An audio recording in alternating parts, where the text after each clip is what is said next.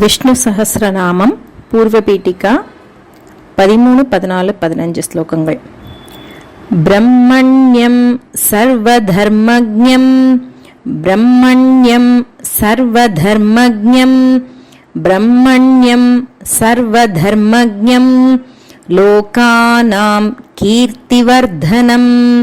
లోకానాం కీర్తివర్ధనం లోకానాం కీర్తివర్ధనం లోకనాథం మహద్భూతం లోకనాథం మహద్భూతం లోకనాథం మహద్భూతం సర్వభూత భవోద్భవం సర్వభూత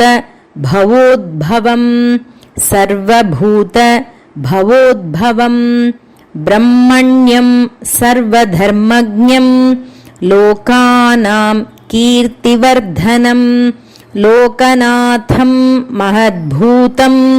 సర్వభూత భవోద్భవం ఏష మే సర్వధర్మాణాం ఏష మే సర్వధర్మాణాం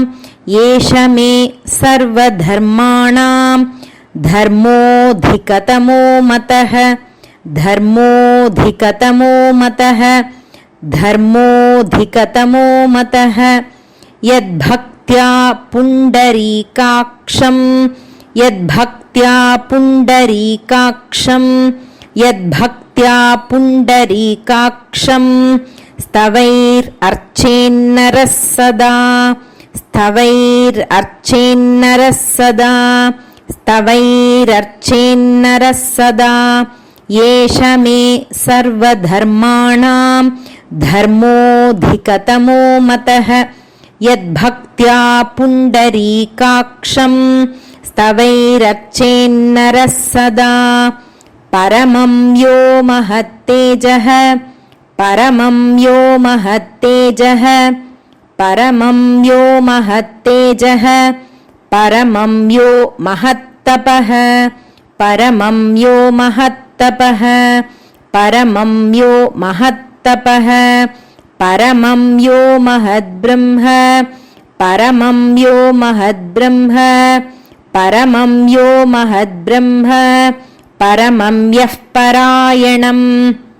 పరమం యః పరాయణం పరమం యః పరాయణం పరమం యో మహత్తేజః పరమం యో మహత్తపః